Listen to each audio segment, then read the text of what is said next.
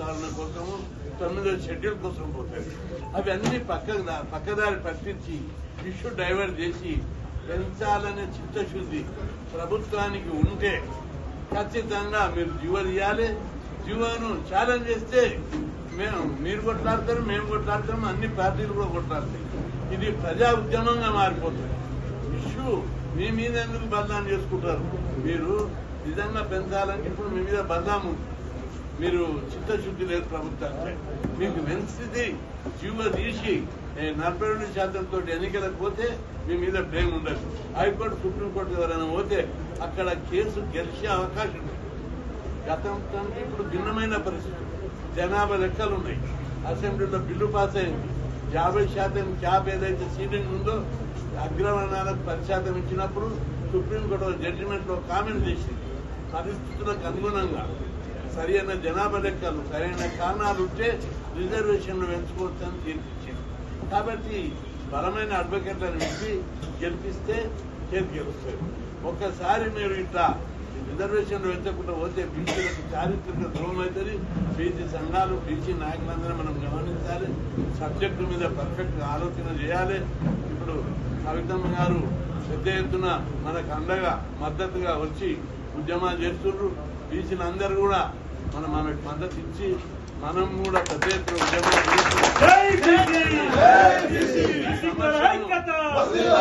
ఈ సమస్యను ప్రజా ఉద్యమంగా మార్చవలసినటువంటి అవసరం. ప్రజా ఉద్యమంగా మార్చకపోతే బీసీలు చారిత్రకంగా చాలా అన్యాయానికి గురవుతారు. ఇక ముందు కోర్టులు, ప్రభుత్వాలు అన్ని కూడా బీసీలకు వ్యతిరేకంగా నిర్ణయాలు తీసుకునే ప్రమాదం.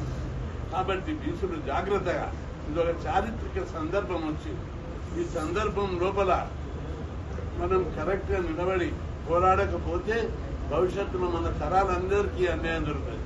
ఇప్పటికే 76 ఏళ్ల నుంచి అన్యాయం జరుగుతూ వచ్చాయి. కోర్టు తీర్పులు అన్యాయం చేశాయి, కేంద్ర ప్రభుత్వాలు అన్యాయం చేశారు. ఇప్పుడు అవకాశం వచ్చింది. రాష్ట్రంలో బీసీవాదం బలంగా ఉంది.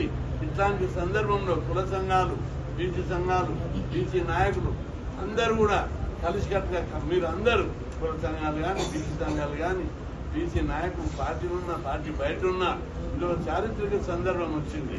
ఇప్పుడు కనుక మనం కమిట్మెంట్ తో నిలబడకపోతే, పోరాడకపోతే ఇది భవిష్యత్తులో పెద్ద ప్రమాదము. ఈ 42% కాదు కదా, ఇప్పుడు ఈ రిజర్వేషన్, పునర్ రిజర్వేషన్ కూడా ఇంకా తగ్గే ప్రమాదం. ఎందుకంటే జనాభా ప్రకారము ఎస్టీల జనాభా 10%. ఇప్పుడు ఎస్టీ రిజర్వేషన్లు 6% నుంచి 10కి పెరుగుతాయి. ఎస్సీల జనాభా 15 నుంచి జనాభా ప్రకారం 18కి పెరుగుతాయి. ఇంకా బీసీలు తగ్గే అవకాశం ఉంది. 50% సీలింగ్ కోర్టు తీర్పు. అందుకే ఒకసారి తాడో పేడ తెలుసుకోవాల్సిన అవసరం ఏర్పడ్డది. కమిట్మెంట్ తోటి ప్రభుత్వం నాయకుల మీద, సంఘాల మీద బుద్ధ జరగడానికి ప్రయత్నిస్తుంది. వాళ్ళ పార్టీలు ఉన్నతోటి మీరు ఎదుర్కొందని చెప్తుంది. అందరికీ నేను విజ్ఞప్తి చేస్తున్నా, మంచి మనసుతోటి ఆలోచించండి, పాజిటివ్గా ఆలోచించండి. ఎట్లయితే ఈ కులాల రిజర్వేషన్లు పెంచుతారు చూడండి. ఈ ఒట్టిగా డైవర్ట్ పాలిటిక్స్ లో ఇరుక్కొని పరిశాన్ అయ్యి జాతి ద్రోహంకు పాల్పడొద్దని ఇప్పుడు కవితమ్మ గారు వచ్చారు. ఆమె బీసీ కాకపోయినా బీసీలకు అవుట్ రైట్ గా కమిట్మెంట్ తోటి వస్తుంది. మనం మద్దతు మనం కూడా, మీరు కూడా ఎక్కడికక్కడ కుల సంఘాల పరంగా, బీసీ సంఘాల పరంగా తెగించి పోరాడాలి. గతం లోపల మండల్ కమిషన్ అప్పుడు రిజర్వేషన్ల మీద సుప్రీంకోర్టు స్టే ఇచ్చింది. అప్పుడు పెద్ద ఎత్తున 2 సార్లు రాష్ట్ర బంద్ జరిపాము. దాని ప్రభావం సుప్రీంకోర్టు మీద ఉండేది. 2001లో మనం అప్పుడు కూడా పెద్ద ఎత్తున సుప్రీంకోర్టు విద్యాసంస్థల రిజర్వేషన్ పెడితే స్టే ఇచ్చింది. అప్పుడు పెద్ద ఎత్తున కేసీఆర్ గారు, తెలుగుదేశం చంద్రబాబు గారు అందరూ రైల్వే రోడ్డు జరిపి రాష్ట్ర బంద్ జరిపితే సుప్రీంకోర్టు కేంద్ర ప్రభుత్వం దిగొచ్చి రిజర్వేషన్ పెట్టారు. ఎప్పుడే కానీ ఏ చరిత్ర సందర్భంలో కోర్టులు, ప్రభుత్వాలు మనకు అనుకూలమైన నిర్ణయాలు రావాలంటే తప్పనిసరిగా పెద్ద ఎత్తున మనం చేయవలసినటువంటి అవసరం ఉంది. ఉద్యమాన్ని చేయకపోతే బీసీలు రైలు రోకలు చేయకపోయినా, రస్తా రోకలు చేయకపోయినా, ఏ ఉద్యమాలు, బలమైన ఉద్యమాలు చేస్తే ఆ ఉద్యమం ఎవరి కోసం చేస్తుంది? మన కోసం చేస్తుంది. ఈ ఉద్యమాన్ని విస్తరింపజేయవలసిన బాధ్యత అందరి మీద ఉంది. పార్టీలకు అతీతంగా, కులాలకు అతీతంగా, వర్గాలకు అతీతంగా మనం ఆ ఉద్యమాన్ని రేపుకొని భుజాల మీద ఎత్తుకోకపోతే భవిష్యత్తులో బీసీలకు భవిష్యత్తు లేదు. కాబట్టి సోదరులందరూ ప్రతి ఉద్యమాన్ని మనం అందరం భుజాన్ని ఎత్తుకొని పోరాడాలి, అవకాశాన్ని వినియోగించుకోవాలి. మన ఉద్యమాన్ని భుజాన్ని ఎత్తుకొని నడిపిస్తే మన కోసం పోరాడాలని మరింత ముందుకు వస్తాం. లేకపోతే అది మాది కాదు, ఇది మాది కాదు, కవితమ్మ చేస్తుంది, కృష్ణ చేస్తుండు, ఆ సంఘం చేస్తుంది, ఈ సంఘం అట్లా ఎన్నకపోవద్దు.